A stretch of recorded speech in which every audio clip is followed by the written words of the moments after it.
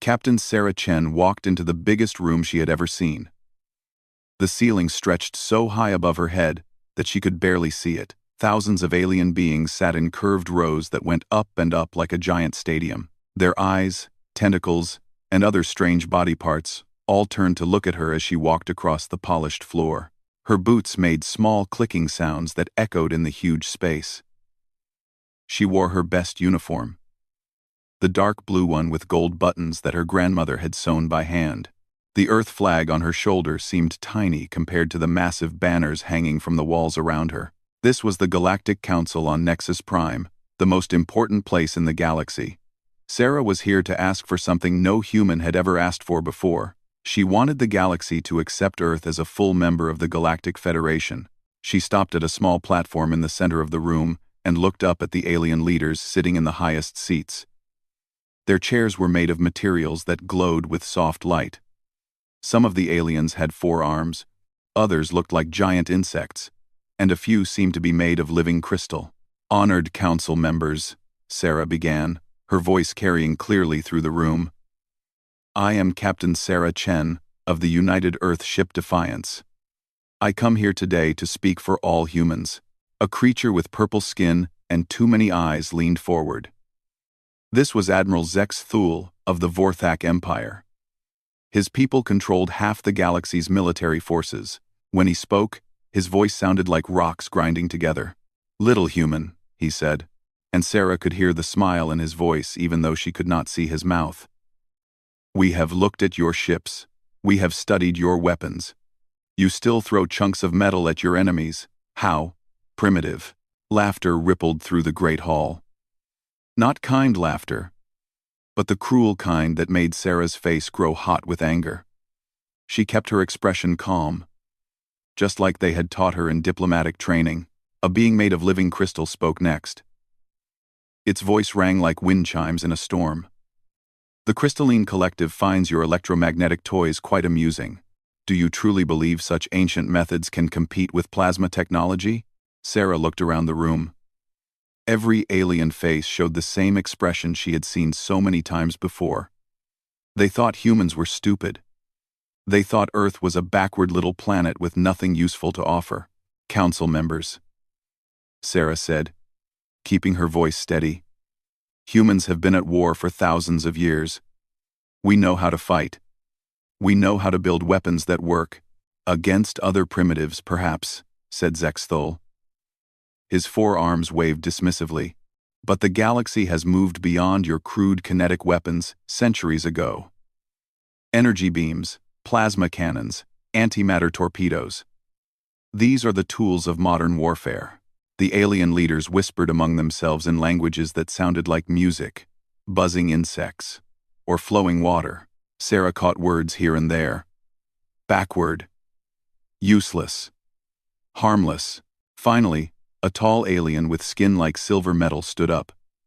This was Chancellor Vextai, the head of the entire Galactic Federation. When she spoke, everyone else went quiet. "The Council has made its decision," she announced. "Humanity shows promise, but your technology is too far behind galactic standards. We grant you observer status only. You may watch our proceedings and learn from advanced civilizations, but you cannot vote or participate in military operations." Sarah felt her heart sink, but she nodded politely. "Thank you for this honor, Chancellor. But before I leave, I must warn you about something we have seen in the Outer Rim territories." "Oh?" Zex Thul's voice carried amusement. "What could primitive humans have spotted that our advanced sensor networks missed?" "Ships," Sarah said. "Strange ships that appear and disappear like ghosts. They attack colonies and leave nothing behind. No survivors, no wreckage, nothing. The locals call them void wraiths." The chamber erupted in more laughter. Sarah's face grew redder, but she continued speaking. "These creatures are moving inward toward the core systems. They will reach Federation space within months. When they do..." "Enough," Zex Thul interrupted. "Little human, leave military matters to those who understand them. If these void wraiths exist at all, they will face the might of the Federation Navy. Our weapons can crack planets in half. What threat could possibly stand against such power? Sarah wanted to argue, but she could see it was pointless. These aliens had made up their minds about humans long before she walked into this room. They saw primitive weapons and assumed primitive minds. Very well, she said, bowing slightly to the Chancellor. I accept the Council's decision. But may I make one request? Speak, said the Chancellor. When these void wraiths come, and your energy weapons fail to stop them, remember that humans offered to help. Remember that you turned us away. The laughter that followed was louder than before. Sarah heard aliens repeating her words in mocking tones. When your energy weapons fail. How absurd. As if antimatter could fail against any foe. Sarah turned and walked back across the great hall. Her boots clicked steadily on the polished floor. She did not look back at the laughing aliens. She did not let her anger show on her face, but inside her mind, she was already planning. The human fleet waited in orbit above Nexus Prime. 50 ships built in the asteroid shipyards around Earth. They looked rough and ugly compared to the smooth, elegant alien vessels. But Sarah knew something the aliens did not understand. Sometimes the old ways were the best ways. She reached her shuttle and climbed inside. As it lifted off toward the Defiance, Sarah looked down at the beautiful alien city below. Crystal towers reached toward the sky, connected by bridges that floated without any visible support. Gardens hung in midair, filled with plants from 1,000 different worlds. It was magnificent. It was advanced beyond anything humans had ever built, and it was completely unprepared for what was coming. Captain, her pilot said as they approached the Defiance. How did the meeting go? Sarah watched the alien ships around them, smooth hulls that gleamed like jewels, weapons that could indeed crack planets. Technology that humans would not understand for centuries. About as expected, Lieutenant, she said. Send a message to Earth Command. Tell them we need to move up the timeline. Timeline for what, sir? Sarah smiled, but it was not a happy smile. Tell them the galaxy is about to learn why humans never gave up kinetic weapons. The shuttle docked with the Defiance. Sarah walked through corridors, lined with metal plates, held together by welded joints. Everything was practical, functional, built to last. No floating crystals or impossible materials. Just good, solid engineering. She reached the bridge and sat in her captain's chair. Around her, human officers worked at stations covered with switches, dials, and screens. Everything looked ancient compared to alien technology. Orders, Captain? Asked her first officer. Sarah looked out at the galaxy spread before them. Millions of stars, billions of worlds, all protected by aliens who thought they knew everything about warfare. Set course for the Outer Rim, she said, and send word to the 7th Defense Fleet. Tell them to prepare for immediate deployment. Are we expecting trouble, sir? Sarah thought about the void wraiths moving through space like shadows. She thought about alien weapons that had never faced an enemy they could not destroy. She thought about the laughter in the council chamber. Lieutenant, she said quietly, trouble is exactly what we're expecting. And when it comes, the galaxy is going to learn something new about humanity.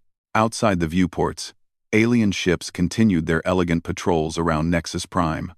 Beautiful, advanced, and completely confident in their superiority. Sarah almost felt sorry for them.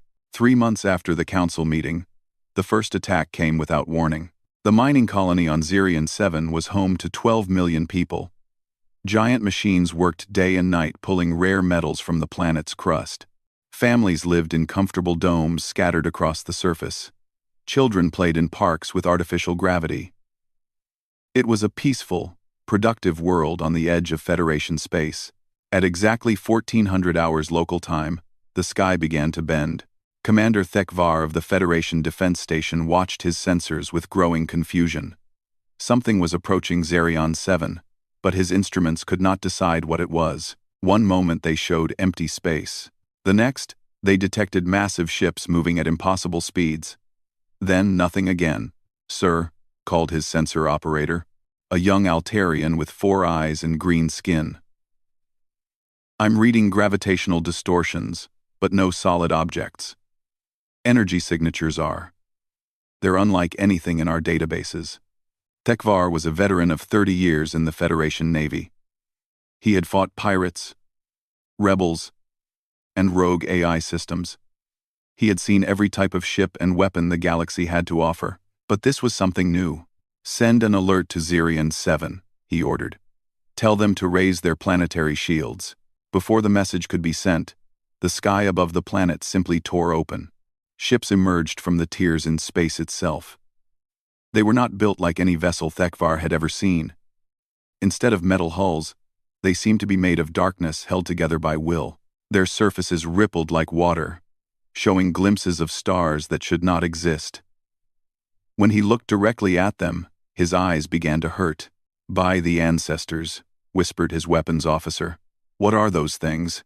The alien ships descended toward Zirion 7 like falling shadows. The planet's defense grid activated immediately. Energy shields covered the major cities in glowing domes. Surface-to-space missiles launched in bright streams toward the attackers. Every single weapon passed right through the alien ships without effect. "Sir," the sensor operator called out. "The missiles went through them like they weren't even there. But now I'm reading solid mass again." The dark ships fired their own weapons. Beams of twisted light struck the planetary shields. Where the beams touched, reality itself seemed to come apart. The energy barriers did not just fail. They simply stopped existing. As if they had never been built at all. "Get me a channel to the fleet," Tekvar ordered. His voice stayed calm, but his hands shook as he worked his controls. "Emergency code Alpha 7. We need backup now." The alien ships landed in the cities below. Tekvar watched in horror as buildings began to dissolve. Not destroyed by explosions or fire, but simply fading away like smoke. The people inside disappeared with them. 15 minutes later, the Third Federation battle fleet arrived in the system. 50 warships, including 2 dreadnoughts armed with planet-killing antimatter cannons. Admiral Kexthon, a massive insectoid warrior, took command of the defense. "All ships, battle formation," he ordered over the fleet channel. "Target the hostile vessels and prepare to fire. Show these invaders the power of Federation technology." The fleet opened fire. Plasma cannons blazed across space in streams of blue and white energy. Antimatter torpedoes accelerated toward their targets at half the speed of light. Quantum disruptors created tiny black holes, designed to tear apart any known material. The weapons struck the alien ships with the force of small stars. For a moment, the darkness around the vessels flickered and wavered. Tekvar felt hope rise in his chest. Then the aliens fired back. The Federation dreadnought Unbreakable, pride of the fleet, and veteran of 100 battles, simply ceased to exist. 1 second it was there, its massive hull gleaming in the starlight. The next second, empty space. Not destroyed, not blown apart. Just gone as if it had never been built. "Impossible," breathed Admiral Kexthon. "Our shields are rated to withstand direct star impacts."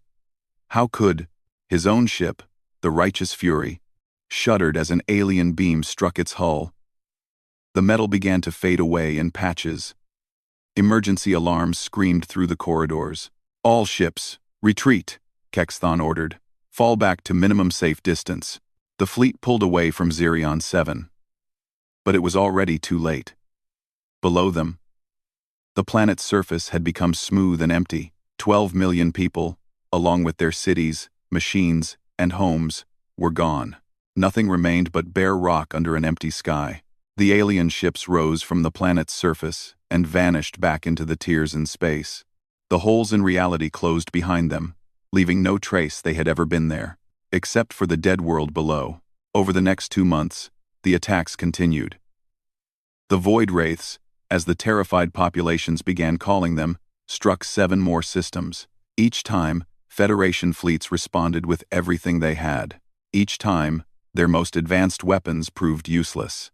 Energy shields could not stop beams that made matter forget how to exist. Plasma cannons could not hit ships that flickered between solid and ghost. Antimatter bombs exploded harmlessly in empty space, while their targets watched from another dimension. The Federation Council held emergency session after emergency session. Scientists worked around the clock to understand the alien technology. Military leaders demanded bigger guns, more ships, stronger shields. Nothing worked. On Nexus Prime, Chancellor Vex Tai stood before a war room filled with holographic displays showing the spreading destruction. Red markers indicated dead systems. Orange ones showed worlds under attack. The alien advance continued steadily inward toward the core systems. Admiral Zex Thal, she said to the purple-skinned military leader. What is our current fleet strength? Zex Thal's forearms moved nervously. We have lost 8 dreadnoughts, 43 battleships, and over 200 smaller vessels. Our weapons appear to have no effect whatsoever on the enemy. And civilian casualties? 37 billion dead or missing, reported another officer. 15 worlds completely stripped of life. The remaining border colonies are evacuating toward the core systems. The Chancellor looked at the tactical display. Each red dot represented billions of dead people. Each orange dot showed worlds in the process of dying. The pattern was clear. The void wraiths were moving straight toward the heart of galactic civilization. Options? She asked. We could abandon the outer territories entirely, suggested General Vorthok of the Crystalline Collective. Concentrate all our forces around the core worlds and hope their numbers are limited. We could try diplomatic contact, offered Ambassador Reltha. Perhaps they want something we can give them. Quote, Zexthul slammed his fist on the table. These things don't want diplomacy. They want to erase us all from existence. We need new weapons, new strategies. Such as? The Chancellor asked. The room fell quiet. The greatest military minds in the galaxy had no answer. Finally, a small voice spoke from the back of the room. What about the humans? Everyone turned to look at the speaker. It was Captain Yelnara of the Observation Corps, a young officer tasked with monitoring the lesser species. Humans? Zexthol's laugh was bitter. What could those primitive creatures do that we cannot? Their kinetic weapons might behave differently against enemies that can phase through normal matter, Yelnara said quietly. And they did warn us about the void wraiths. Ridiculous, snorted General Vorthak. Metal projectiles against foes that laugh at antimatter? It would be suicide. Chancellor Vex Tai studied the tactical display. The red markers were getting closer to the core systems every day. Soon, the void wraiths would reach worlds with populations in the trillions. How many ships do the humans have available? She asked. Intelligence reports indicate approximately 200 vessels, Yelnara replied. Their largest fleet is designated the 7th Defense Force, currently stationed near the border systems. Zexthul made a disgusted sound. 200 ships throwing metal chunks? They would last 30 seconds against the void wraiths. The Chancellor continued staring at the display. Another red marker appeared as they watched. The Kesson system had just gone dark. 5 billion more people erased from existence. 30 seconds, she repeated. How long have our fleets lasted? The uncomfortable silence that followed answered her question. The mightiest warships in galactic history had been destroyed in minutes by enemies they could not even touch. Contact Captain Chen, the Chancellor ordered. Invite her to another emergency session. Chancellor, Zexthul protested. Surely you cannot be serious about... Admiral, Vextai interrupted, her voice carrying the weight of ultimate authority. We are losing this war. Our weapons are useless. Our shields provide no protection. Our greatest military minds have no solutions. She pointed at the spreading red markers. In 6 months, the void wraiths will reach Nexus Prime itself. She turned to face the room full of alien officers. Perhaps it is time to admit that we do not know everything about warfare. The war room fell silent, except for the quiet beeping of sensors detecting another dead world. Outside the windows, the beautiful spires of Nexus Prime reached toward the stars. Soon, if nothing changed, they too would fade away into empty space. Along with the trillion beings who called the planet home, the galaxy's greatest civilization was dying, and their most advanced technology was powerless to stop it. Time to try something primitive. Captain Sarah Chen stood on the bridge of the UES Defiance, watching as the 7th Human Defense Fleet assembled around her flagship. 57 ships hung in the darkness of space, their hulls scarred from years of service. Compared to the sleek alien vessels she had seen at Nexus Prime, they looked like floating scrapyards. She loved every one of them. "Captain," called her communications officer, Lieutenant Park. "We're receiving the final ship confirmations. All vessels report ready for Operation Steel Rain." Sarah nodded. 3 weeks had passed since the desperate call from Chancellor Vex Tai. 3 weeks since the Galactic Council had swallowed their pride and asked for human help. The Void Wraiths had destroyed 4 more systems in that time, and panic was spreading across the galaxy. "Any word from the alien military advisors?" Sarah asked. "They're still arguing with Chief Torres about the weapons specifications," Park replied with a grin. Sarah walked across the bridge toward the tactical station where her weapons officer was surrounded by confused alien observers. The Federation had insisted on placing military experts aboard every human ship to coordinate strategy. In reality, they were there to watch and learn, hoping to understand how human weapons might succeed where theirs had failed. "What seems to be the problem, Chief?" Sarah asked. Chief Weapons Officer Maria Torres looked up from her display with barely concealed frustration. Around her stood 3 alien observers. Cleith of the Zaraki, a lizard-like creature with golden scales. Sub-Commander Thek of the Vorthak, whose purple skin had turned pale with confusion. And Crystal Singer Yelon of the Crystalline Collective, whose faceted body rang with agitated musical notes. "They keep saying our targeting data must be wrong," Torres explained. "They don't believe our velocity readings." Cleith pointed at the tactical display with one clawed finger. "These numbers are impossible. You claim your projectiles achieve 12% of light speed. Solid matter cannot move at such velocities without being destroyed by relativistic effects." Torres sighed. "Sir, we've been using electromagnetic acceleration for over 300 years. It's basic physics." "Electromagnetic?" Thek's 4 eyes blinked in sequence. "You mean like the primitive magnetic launchers our ancestors used for cargo transport?" "Not exactly primitive," Sarah interrupted. "Show them the specifications." "Chief." Torres called up a 3-dimensional diagram of the ship's main weapon system. The aliens leaned forward, their various visual organs focusing on the display. "This is a Mark 7 naval railgun," Torres explained. 2 parallel rails, each one 300 meters long, with a series of electromagnetic coils running the entire length. "We load a tungsten penetrator rod into the breech here, then activate the magnetic fields in sequence." The diagram showed a long metal projectile being pushed forward by invisible forces. "The magnetic fields accelerate the projectile down the rail system," Torres continued. "Each coil adds more velocity until the rod exits the barrel at approximately 36,000 kilometers per second. Sub-Commander Thek made a choking sound. 36,000?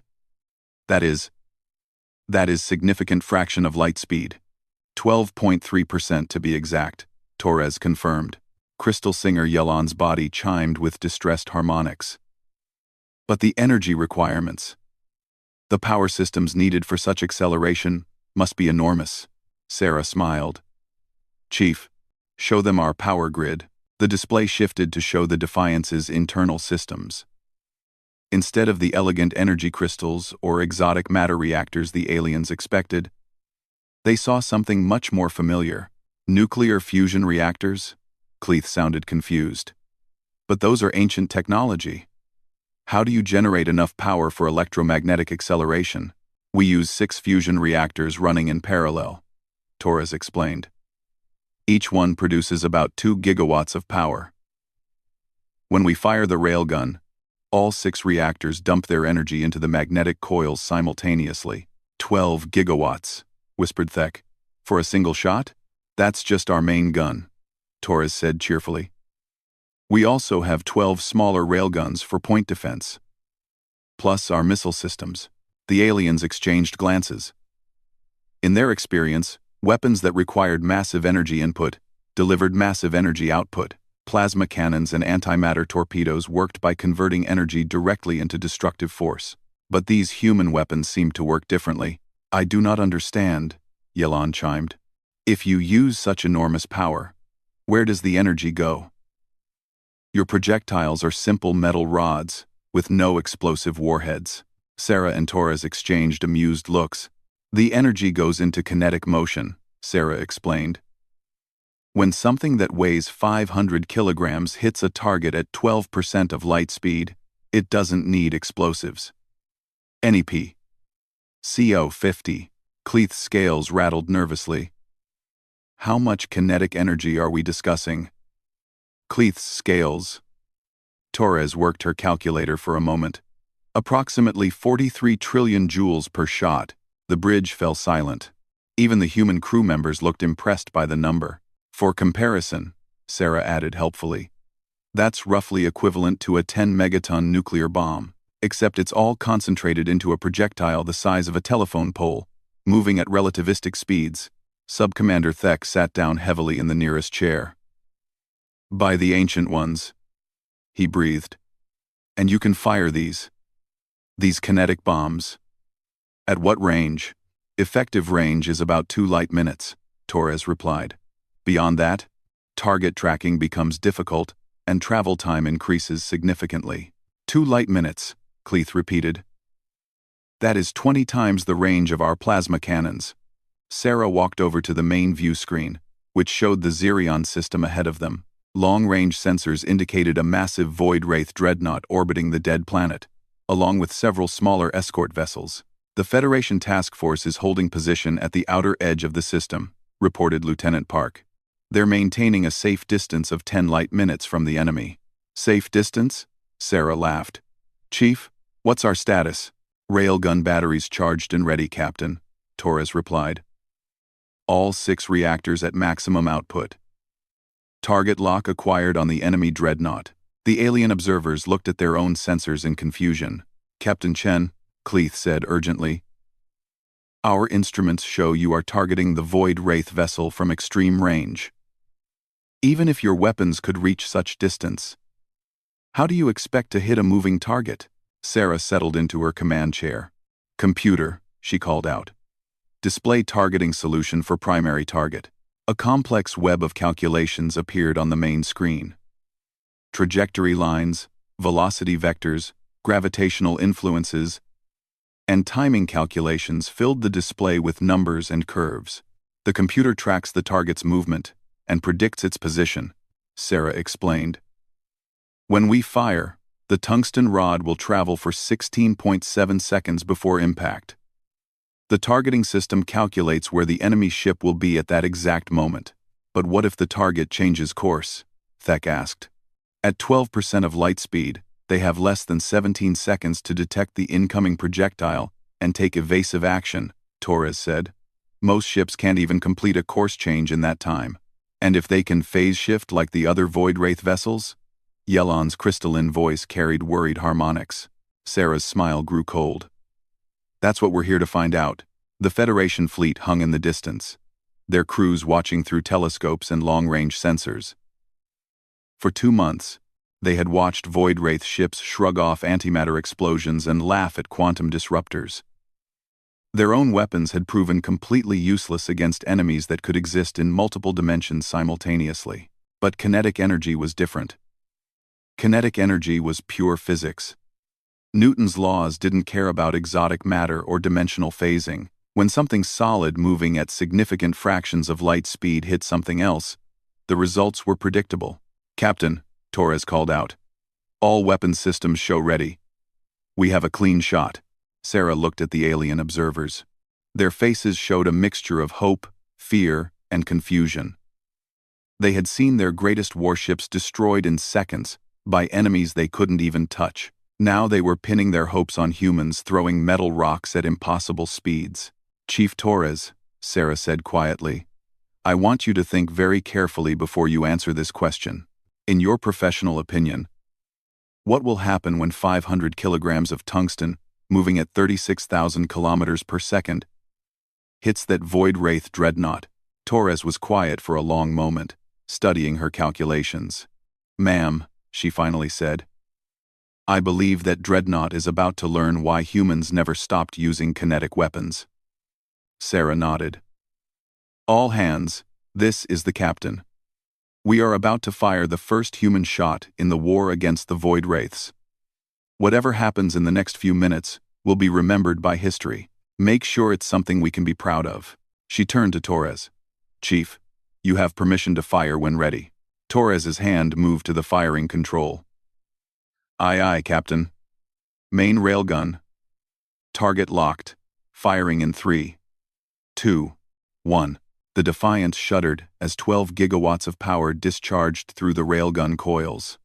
Somewhere in the ship's depths, 6 fusion reactors momentarily dimmed as their energy was converted into kinetic motion. A tungsten rod, weighing 500 kilograms and moving at 12% of light speed, began its journey across 2 light minutes of empty space. 16.7 seconds to impact. The galaxy was about to discover that sometimes the old ways were the best ways. 16.7 seconds felt like an eternity. Captain Sarah Chen watched the tactical display as a small dot crawled across the screen, representing 500 kilograms of tungsten moving at 12% of light speed. The bridge of the Defiance was completely silent, except for the quiet hum of life support systems and the nervous breathing of alien observers. Time to impact. 15 seconds, Chief Torres announced. 2 light minutes away, the Void Wraith dreadnought continued its patrol around the dead planet Zirion 7.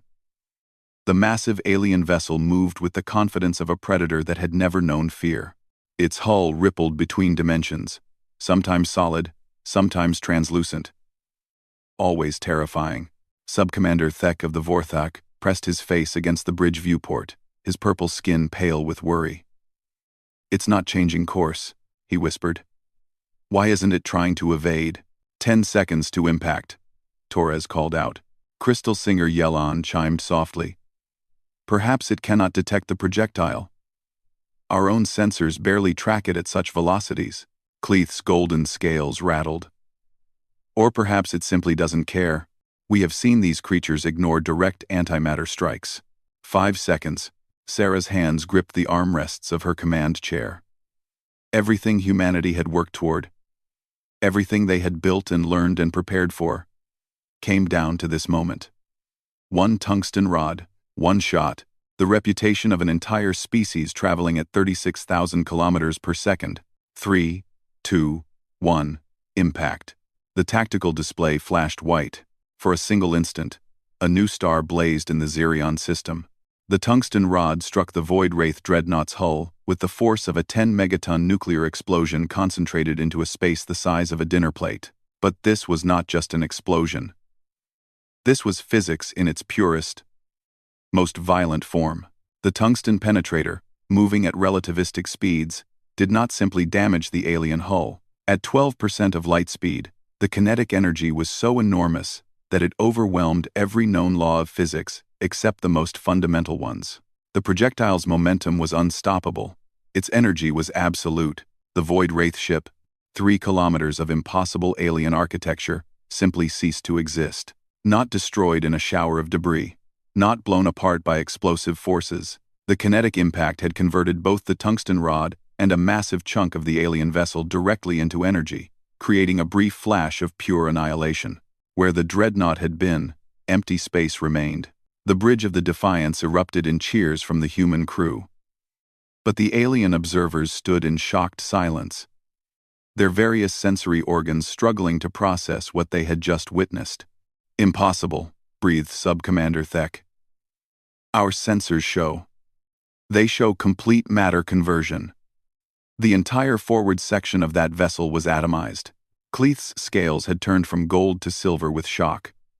In 40 years of military service, I have never seen anything like that. The energy release readings they're off our measurement scales. Crystal Singer Yelon's musical voice carried notes of awe and terror. Our databases contain records of every weapon system in known space. Nothing in galactic history has ever achieved such focused destructive power. Captain, Lieutenant Park called from the communications station. We're receiving signals from across the system. The Federation fleet is requesting immediate status reports. Tell them mission accomplished, Sarah replied. Then she turned to Torres. Chief, what's our reload status? Reactors recharging now, ma'am. We'll be ready for another shot in 90 seconds. Sarah looked at the tactical display. The smaller Void Wraith escorts had stopped moving. Their ships hung motionless in space, as if their pilots were trying to understand what had just happened to their flagship. "Sir," called the sensor operator. "The remaining enemy vessels appear to be confused. Their movement patterns suggest complete disorientation." It was true. For the first time since the war began, Void Wraith ships were showing something other than supreme confidence. Their vessels flickered between dimensions more rapidly than before, and their formation had broken apart. "They're afraid," Sarah realized.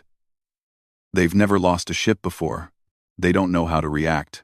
The alien observers turned to stare at her. "Afraid?" Thek's 4 eyes blinked rapidly. "These creatures destroyed our greatest dreadnoughts without even slowing down. What could they possibly fear from?" "Thex," his voice cut off as understanding dawned. "Us," Cleith whispered. "They fear us." The tactical display chimed with a new contact. One of the Void Wraith escorts was moving away from Zerion 7, accelerating toward the edge of the system. Then another. Within minutes, all the remaining alien ships were in full retreat. "Captain," Torres announced with barely controlled excitement, "all enemy vessels are leaving the system. Should we pursue?" Sarah considered for a moment. The human fleet was outnumbered and far from backup, but the psychological impact of this moment was more important than tactical advantage. "Negative, let them go." She smiled. "They have a message to deliver." Lieutenant Park looked up from his station. "Captain, we're receiving urgent communication requests from every ship in the Federation fleet. Admiral Kexthon wants to speak with you immediately. Put him through." The main screen flickered to life, showing the insectoid features of Admiral Kexthon. Behind him, the bridge of his flagship was in chaos, as officers tried to analyze what they had just witnessed. "Captain Chen," the Admiral began, his voice shaking slightly. "Our sensors indicate complete destruction of the primary target." "How? How did you accomplish this?" "Kinetic energy, Admiral," Sarah replied simply. "Sometimes the oldest weapons are the most effective. But our antimatter torpedoes carry far more explosive power than any kinetic projectile." "Explosive power?" "Yes. But not kinetic energy." Sarah gestured to Torres, who brought up a technical display. "Your antimatter weapons destroy targets through energy release, but energy can be absorbed, deflected, or phased through. Mass traveling at relativistic speeds, however, follows different rules." The Admiral leaned forward. "What rules?" "Newton's laws," Sarah said. "An object in motion stays in motion unless acted upon by an outside force. At 12% of light speed, there is no outside force in the known universe strong enough to stop 500 kilograms of tungsten." Sub-Commander Thek stepped forward. "Captain, with your permission, I would like to transmit these readings to Federation Command immediately." Sarah nodded. "Of course. But Admiral, we need to discuss immediate strategy. That dreadnought's destruction will be reported to the main Void Wraith fleet within hours. They'll know their ships can be destroyed. You believe they will change their tactics?" "I believe they'll be more careful, but also more desperate." Sarah studied the tactical display. "How many more systems lie between here and the core worlds?" 17, the Admiral replied grimly. "Then we need to move fast." "Chief Torres, signal the fleet. All ships are to charge their railgun batteries and prepare for maximum acceleration. We're going hunting." The alien observers exchanged glances. "Hunting?" Yelan chimed nervously. Sarah's smile was sharp and cold. "The Void Wraiths have spent months terrorizing the galaxy. They've destroyed worlds and killed billions of people. Now they know they can die." She stood up from her command chair. "Time to teach them what that fear feels like." Across the system, the human fleet began to move. 57 ships with angular hulls and primitive-looking weapons. Ships that looked like refugees from a scrapyard. Ships that had just proven they could delete the galaxy's greatest nightmare from existence with a single shot. Admiral Kexthon's image flickered on the screen. "Captain Chen, the Federation fleet will follow your lead." "What are your orders?" "What are your orders?" Sarah looked at the star map showing Void Wraith positions throughout the galaxy. Red markers indicated active enemy fleets. Orange ones showed systems under attack. All of them suddenly looked vulnerable. Orders are simple, Admiral. We're going to visit every Void Wraith fleet in this sector. She paused, watching as her weapons officer confirmed full railgun readiness across the human fleet. And we're going to show them that humanity has been preparing for this war a lot longer than they know. The tactical display updated to show the human fleet's projected course, system after system, each one currently occupied by Void Wraith forces. Each one about to learn that the galaxy's most primitive weapons were also its most deadly. All ships report ready, Captain, Torres announced. Then let's go remind the galaxy why humans never gave up kinetic weapons. Sarah settled back into her chair. Helm, set course for the Altair system. Maximum acceleration.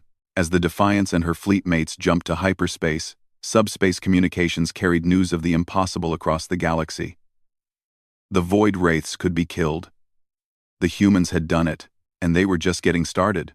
Behind them, in the empty space where a Void Wraith dreadnought had once hung, particles of ionized metal slowly dispersed into the cosmic void, the only remaining trace of 3 kilometers of supposedly invincible alien technology. The galaxy trembled. But this time, it wasn't from fear of the unknown. It was from the sound of humanity's war drums, echoing across the stars. 6 months later, Admiral Sarah Chen stood before the same council chamber, where she had once been dismissed as primitive. But everything had changed. The Great Hall on Nexus Prime looked exactly the same. Thousands of alien beings still sat in curved rows reaching up to the distant ceiling. The same glowing banners hung from the walls. The same crystal chairs held the galaxy's most powerful leaders. But the laughter was gone. Admiral Zex Thul of the Vorthak Empire no longer leaned back in casual arrogance. His forearms remained folded tightly across his chest, and his purple skin had developed a nervous twitch whenever he looked at Sarah. The creature who had once called humans primitive now struggled to meet her eyes. Chancellor Vex Tai rose from her seat to address the assembled council. Fellow members, we gather today to formalize the new galactic security arrangements following the successful conclusion of the Void Wraith War. Sarah almost smiled at the careful diplomatic language. Successful conclusion made it sound like a negotiated peace treaty instead of what had actually happened. The humans had systematically hunted down every Void Wraith fleet in the galaxy and destroyed them with ruthless efficiency. 17 systems had been cleared in 5 weeks. 43 alien dreadnoughts had been reduced to expanding clouds of ionized particles. The few Void Wraith ships that managed to escape had fled back to whatever dark dimension they came from, and the tears in space had sealed themselves shut. The galaxy was safe. But the cost of that safety had been a complete restructuring of galactic power. As you know, the Chancellor continued, the human defense forces provided crucial support during our recent crisis. Their unique weapons technology proved highly effective against threats that our conventional forces could not engage. More diplomatic language. What she really meant was that alien weapons had been completely useless, while human railguns had casually deleted enemy ships from existence. Sarah walked forward to the speaker's platform, her boots clicking on the polished floor just as they had 6 months ago. But this time, the sound was different. This time, it was the sound of authority. Honored council members, she began. The war is over. The immediate threat has been eliminated. But I think we need to discuss the lessons we've learned. She gestured to a holographic display that materialized above the platform. It showed the final battle statistics from the Void Wraith War. Human casualties, 0 ships lost, 47 personnel wounded, none killed. Federation casualties before human intervention, 312 capital ships destroyed. Over 50 billion civilians dead or missing. The numbers hung in the air like an accusation. Sarah let them speak for themselves. The difference, she continued, was not superior courage or tactics. The difference was technology. Specifically, kinetic weapons technology that this council dismissed as primitive. Sub-Commander Yelon of the Crystalline Collective chimed softly. Admiral Chen, we have studied your weapons extensively since the war ended. Our scientists still struggle to understand how projectile weapons can be so effective when energy-based systems are clearly more advanced. Sarah nodded. That's exactly the wrong way to think about it. You assumed that newer meant better. More complex meant more effective. But sometimes the simplest solution is the right one. She brought up another display showing comparative weapon systems. Your plasma cannons are marvels of engineering. They create and contain matter at temperatures hotter than stars. But they require exotic materials, complex magnetic bottles, and enormous computational power to aim and fire. The display shifted to show a human railgun. Our railguns are just magnetic coils around a straight tube. The physics involved would be familiar to scientists from 1,000 years ago, but they work. They work against any target, in any environment, regardless of exotic defenses or dimensional phasing. Admiral Zex Thull finally spoke, his voice much quieter than it had been months ago. We have begun retrofitting our fleets with kinetic weapon systems, but our engineers report difficulties with the power requirements. That's because you're trying to make them too complicated, Sarah replied. You want elegant energy crystals and quantum power matrices. Sometimes you just need 6 fusion reactors and a very long barrel. She walked across the platform, looking up at the thousands of alien faces watching her. The galaxy is going to change, she said. Not because humans want to conquer anyone, but because the old assumptions are dead. For centuries, you believed that the most advanced technology was automatically the most effective. The Void Wraiths proved that wrong. Chancellor Vextai leaned forward. What changes do you propose? Sarah smiled. First, immediate construction of kinetic defense platforms around all core worlds. The Terran Defense Authority will provide technical assistance and training. Terran Defense Authority? Zexthal asked. The new name for human military forces. We're expanding to meet our new responsibilities. Sarah brought up another display showing construction plans. Second, joint research initiatives to develop hybrid weapons systems, combining human kinetic technology with alien energy systems. The display showed sleek ships armed with both traditional plasma cannons and massive railguns. Third, revision of military doctrine throughout the Federation. Energy weapons remain useful for many applications, but kinetic systems will be the primary defense against unknown threats. General Vorthak of the Crystalline Collective spoke for the first time. These changes would require massive resource allocation. The construction costs alone would strain our economies. Sarah's smile became sharper. General, what did the Void Wraith War cost you?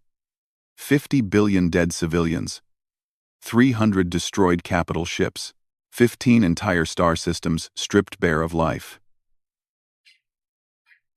She paused. Maybe defense spending is worth the investment. The chamber fell silent. No one wanted to argue with the person whose weapons had saved galactic civilization. There's one more thing, Sarah added. Humanity is claiming exclusive defense contracts for the Outer Rim territories. The alien leaders stirred uneasily. What does that mean? Asked Ambassador Reltha.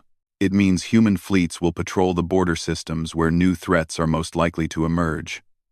It means we'll establish early warning networks and rapid response bases. And it means that if something like the Void Wraiths ever appears again, humanity will be the first line of defense. Chancellor Vextai studied the territorial maps Sarah had provided. These defense zones cover nearly a quarter of Federation space. The quarter that's most likely to face attack by unknown forces, Sarah confirmed. The quarter that Federation fleets couldn't defend effectively. She gestured to include the entire council chamber. 6 months ago, you offered humanity observer status because our technology seemed primitive. Today, I'm here to discuss our new responsibilities as the Federation's primary military contractor. The word contractor hung heavy in the air. Not allies, not junior partners. Contractors who provided essential services that no one else could match. The terms are simple, Sarah continued. Human fleets will defend the territories we've outlined. In exchange, those systems will pay annual defense fees directly to the Terran Defense Authority. We'll also receive exclusive mining rights to certain asteroids rich in heavy metals. And if we refuse these terms? Zex Thul asked, though his voice suggested he already knew the answer. Sarah looked at him with the patient expression of someone explaining obvious facts to a child. Admiral, 3 hours ago, our latest dreadnought completed its shakedown cruise. The UES Retribution mounts our newest railgun system. Its main battery can achieve 25% of light speed. She paused to let that sink in. A single shot from that weapon could crack a moon. The chamber was absolutely silent. We're not threatening anyone, Sarah continued in the same calm voice. We're simply pointing out realities. Humanity has become very good at building weapons that work. You've seen what our primitive technology can accomplish. She brought up one final display showing the completed orbital defense platform Big Bertha, currently under construction in Earth's asteroid belt. This is our newest project. When complete, it will be capable of engaging targets at ranges measured in light hours. The projectile velocity will be 40% of light speed. Sarah's smile was polite and terrifying.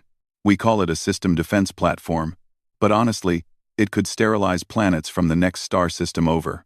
The alien leaders exchanged nervous glances. The creatures who had once laughed at human technology now faced the reality that Earth had become the galaxy's dominant military power. Of course, Sarah added cheerfully. We have no intention of using such weapons aggressively. We're peaceful people. We just want to make sure that the next time something terrible comes out of the dark between stars, the galaxy will be ready. Chancellor Vextai stood slowly. The Council will need time to consider these proposals. Of course. Take all the time you need. Sarah began walking toward the exit, then stopped and turned back. Oh. One more thing. We've detected some unusual energy signatures in the Magellanic Cloud regions. Probably nothing, but our long-range sensors picked up artificial structures moving between star systems. The color drained from every alien face in the chamber. We're sending a scout fleet to investigate, Sarah continued casually. Should have preliminary reports within a few weeks. Assuming it's not another Void Wraith type situation. She left the chamber to absolute silence. 3 hours later, the Galactic Federation Council voted unanimously to approve the new defense arrangements. The vote was followed immediately by emergency appropriations for rapid construction of human-designed weapons systems. Admiral Sarah Chen stood on the observation deck of the UES Defiance, watching construction ships work on the new orbital defense platforms around Nexus Prime, human railgun batteries taking their place alongside alien plasma cannons and quantum disruptors. Admiral, called her aide, we're receiving requests for defense consultations from 47 different star systems. They're all offering premium rates for immediate deployment. Sarah nodded. Put them on the list. We'll get to everyone eventually. She looked out at the stars, thinking about the unknown threats that might be lurking in the dark spaces between galaxies. The Void Wraiths had been defeated, but they had also taught the galaxy an important lesson. The universe was full of things that wanted to kill you. The only real defense was superior firepower, and humanity had always been very, very good at building superior firepower. Behind her, the Defiance's railgun batteries hummed quietly as they maintained their charge, ready to delete any threat from existence with a single shot. Just like they always had been. The galaxy had finally learned to appreciate primitive weapons, and it only took the near extinction of galactic civilization to teach them.